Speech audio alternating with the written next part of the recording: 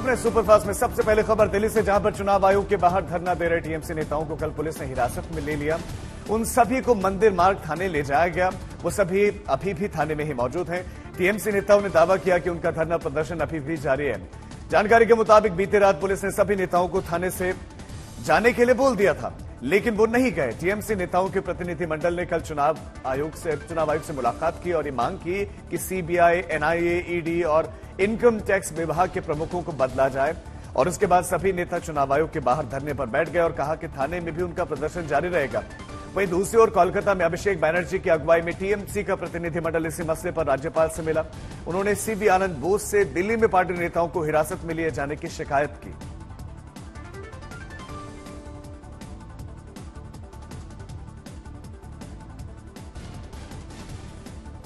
We are here to serve the people, and BJP is here to kill the people, to kill the democracy, to kill the constitution, to kill the institution. And India is seeing that, and India will give a befitting reply and a resounding response that BJP leaders will remember it for generations and years.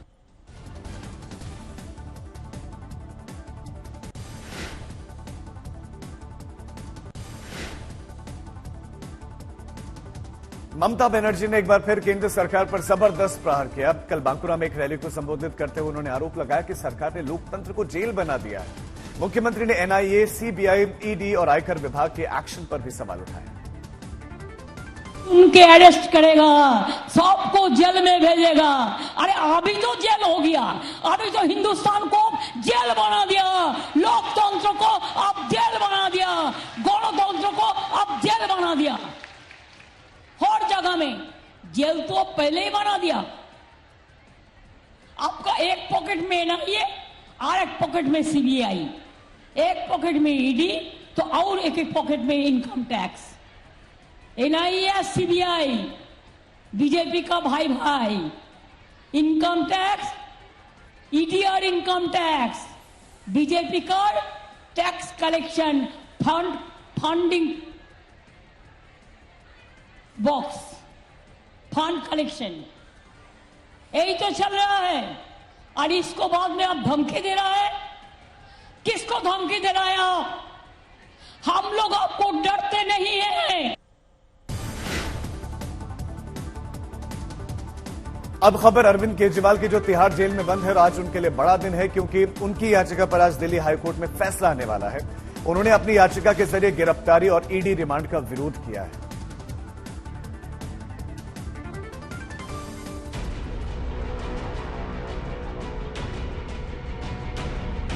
क्या high court से केजरीवाल को मिलेगी राहत? ED के action पर क्या होगा अदालत का फैसला? अरविंद केजरीवाल की याचिका पर फैसले का दिन आ गया है। आज साफ हो जाएगा कि उन्हें राहत मिलेगी या नहीं।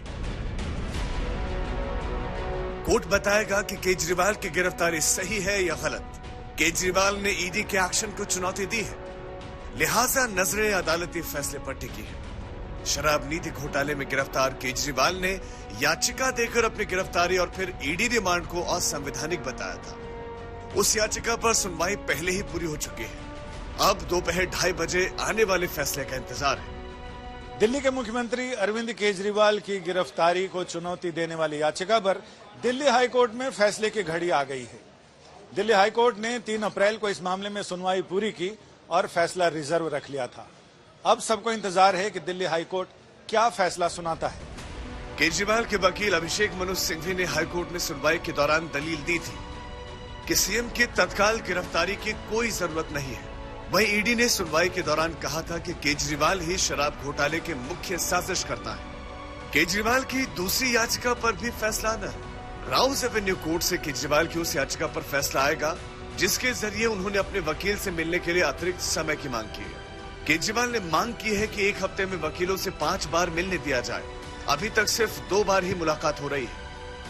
आम आदमी पार्टी ने अरविंद केजरीवाल की गिरफ्तारी को लोकसभा चुनाव का मुद्दा बनाते हुए एक बड़ा कैंपेन भी लॉन्च कर दिया है। आम आदमी पार्टी कह रही है कि जेल का जवाब वोट से देंगे, तो वहीं भारतीय जनता पार्टी कह रही है कि बोया पेड़ बबूल का तो आम कहां से होए। शराब नीति मामले में 21 मार्च को केजरीवाल गिरफ्तार हुए थे। उनकी गिरफ्तारी का आज 20वां दिन है। संजय सिंह की रिहाई के बाद आम आदमी पार्टी को अब हाई कोर्ट से बड़ी उम्मीद है। संजय शर्मा के साथ पंकज जैन, दिल्ली आज तक।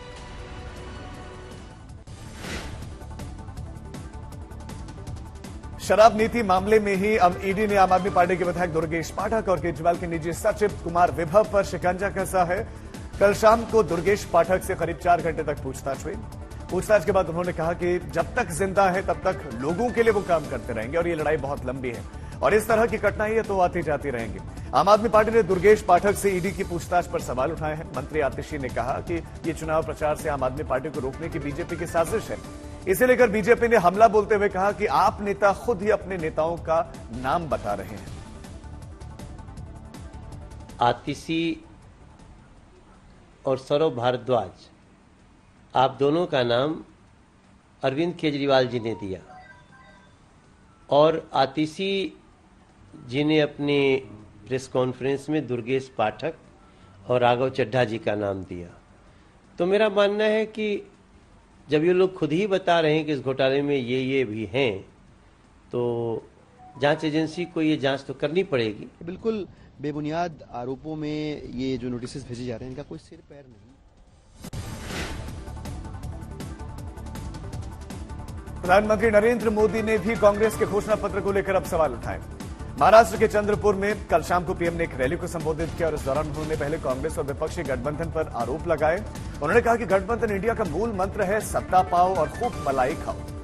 इसी दौरान उन्होंने कहा कि कांग्रेस के घोषणा पत्र में मुस्लिम लीग की भाषा है। एक और भाजपा एनडीए है जिसका ध्येय है देश के लिए कड़े फैसले लो, बड़े फैसले लो। दूसरी ओर कांग्रेस और इंडी गठबंधन है जिसका मंत्र है जहां भी सत्ता पाओ खूब मलाई खाओ। अपनी करतूतों के कारण आज कांग्रेस पार्टी देश के भीतर जन समर्थन खो चुकी है। इसलिए अब कांग्रेस खुलकर बांटो और राज करो के खेल पर उतर आई है। कांग्रेस ने अपना जो घोषणा पत्र निकाला है उसमें भी मुस्लिम लीग की भाषा लिखी गई है।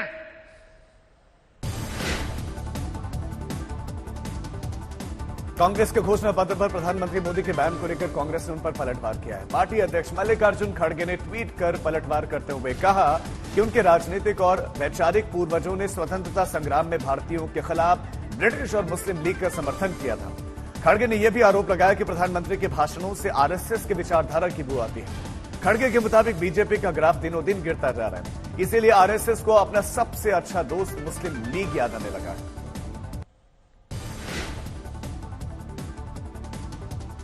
आज प्रधानमंत्री मोदी 3 राज्यों में चुनावी अभियान में पहुंचेंगे। सबसे पहले वो उत्तर प्रदेश के पीलीभीत पहुंचेंगे। सुबह 11 बजे प्रधानमंत्री पीलीभीत में जनसभा को संबोधित करेंगे।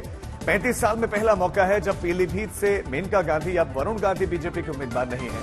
इस बार पार्टी ने यूपी के मंत्री जितिन प्रसाद पर भरोसा जताया है। पीलीभीत के बाद प्रधानमंत्री मोदी मध्य प्रदेश के लिए रवाना हो जाएंगे, जहां पर वो नक्सल प्रभावित बालाघाट में दोपहर 2:45 बजे रैली करेंगे और 3 दिन में यह दूसरी बार प्रधानमंत्री मोदी एमपी का दौरा कर रहे हैं। प्रधानमंत्री मोदी आज शाम को ही फिर तमिलनाडु के लिए रवाना हो जाएंगे, जहां चेन्नई में करीब 6:30 बजे प्रधानमंत्री मोदी रोड शो करेंगे। राहुल गांधी कल मध्य प्रदेश के सिवनी और शहडोल पहुंचे, जहां पर चुनावी सभाओं को संबोधित किया। शहडोल में जनसभा को संबोधित करते हुए राहुल ने केंद्र सरकार पर निशाना साधा और जातीय जनगणना के साथ साथ आर्थिक सर्वे करवाने की बात भी कही। राहुल ने ट्वीट करके केंद्र सरकार पर बहुत गंभीर आरोप भी लगाए। दूध पानी का पानी, उसके बाद इकोनॉमिक सर्वे, धन का सर्वे, हिंदुस्तान में कितना धन है, किसके पास है, किसके हाथों में है, आदिवासियों के हाथों में कितना, दलितों के हाथों में कितना, पिछड़ों के हाथों में कितना, गरीब जनरल कास्ट के हाथों में कितना। ये करना है।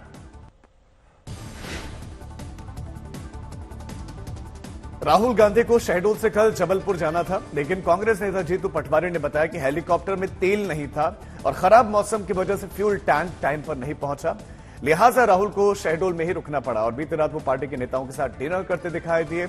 इस पर शिवराज सिंह चौहान ने तंज किया। उन्होंने कहा कि तेल हेलीकॉप्टर का नहीं बल्कि कांग्रेस का ही खत्म हो गया है। राहुल गांधी जी जिनके हेलीकॉप्टर का फ्यूल ही खत्म हो गया और हेलीकॉप्टर ने टेक ऑफ ही नहीं किया। सच बात तो ये है कि अब कांग्रेस का फ्यूल ही खत्म हो गया है, अब कांग्रेस टेक ऑफ नहीं करने वाली। बिहार के डिप्टी सीएम सम्राट चौधरी ने लालू परिवार पर नए सिरे से हमला किया। उन्होंने आरोप लगाया कि लोग आरक्षण के नाम पर पहले अपनी पत्नी को मुख्यमंत्री बनाने का काम करते हैं, फिर बेटे को उप मुख्यमंत्री बनाते हैं। सम्राट चौधरी ने लालू, राबड़ी, तेजस्वी, मीसा भारती, रोहिणी पर हमले किए तो आरजेडी ने पलटवार में देरी नहीं की। कुछ लोग अपने पहले पत्नी को मुख्यमंत्री बनाते हैं, फिर अपने बेटा को उप मुख्यमंत्री बनाते हैं। वो क्रिकेट नहीं खेलता था, वो पानी ढोने का काम करता था। पानी ढोने वाले को अपने बेटा, क्योंकि उनका बेटा था तो बिहार का उप मुख्यमंत्री बनाते। दूसरा बेटा हरे राम कृष्णा करता है, उसको भी मंत्री बना दिया। अब सीधे सिंगापुर से एक बेटी आ गई है, सीधे। जनता का कल्याण तो दूर दूर तक पता नहीं चलता है, लेकिन सीधे सिंगापुर से चुनाव लड़ाने के लिए लालू जी ने उतार दिया। दूसरी बेटी चुनाव हार जाती है तब भी राज्यसभा में। तो इस देश में लालू जी जैसे नेता जब तक रहेंगे तब तक गरीबों की चिंता नहीं हो सकती है, परिवार की चिंता हो सकती है। आप लालू जी के बारे में बोलते हैं, जनता को बताइए कि लालू जी के मंत्रिमंडल में आपके पिताजी मंत्री थे। जनता को बताइए कि आप राष्ट्रीय जनता दल से निकले हुए व्यक्ति हैं, राष्ट्रीय जनता दल से एमएलए थे, राष्ट्रीय जनता दल ने आपको मंत्री बनाया था। जनता को सच्चाई बताइए। तेजस्वी यादव के बारे में आप क्या बोलिएगा महाराज? तेजस्वी यादव नेता है, युवाओं का नेता है, युवाओं का फ्यूचर है।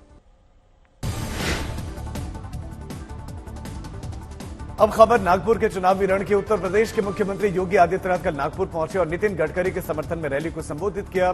इस दौरान उन्होंने जमकर गडकरी की तारीफ की। चुनाव प्रचार के बाद मुख्यमंत्री योगी केंद्रीय मंत्री के घर पर पहुंचे और उनके परिवार वालों से मुलाकात की।